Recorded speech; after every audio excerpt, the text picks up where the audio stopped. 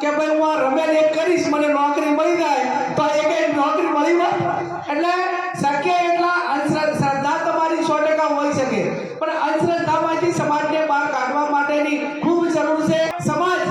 એ પાછું આ બાજુ બંધ કરાવશું અને પાછા મંદિરમાં રમેલામાં વળી ગયા તો આ બચાયેલું છે પાછું અહીંયા છે એટલે એને પણ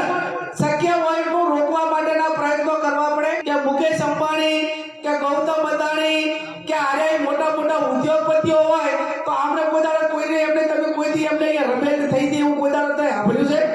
એમને ચાહે માનતા રાખી હોય ચાહે સાંભળ્યું છે એમને ક્યાંય અંધશ્રદ્ધા રાખીને ચાહે પૂનમમાં બાંધી હોય એવું તમે સાંભળ્યું છે એમના પેઢી દર પેઢી જેટલા વડવાઓએ મજૂરી કરી હોય ત્યારે એ લોકો સ્ટેજે પહોંચ્યા હોય એટલે કઠોર પરિશ્રમનો કોઈ વિકલ્પ નથી ભગવાને ગીતામાં પણ કીધું છે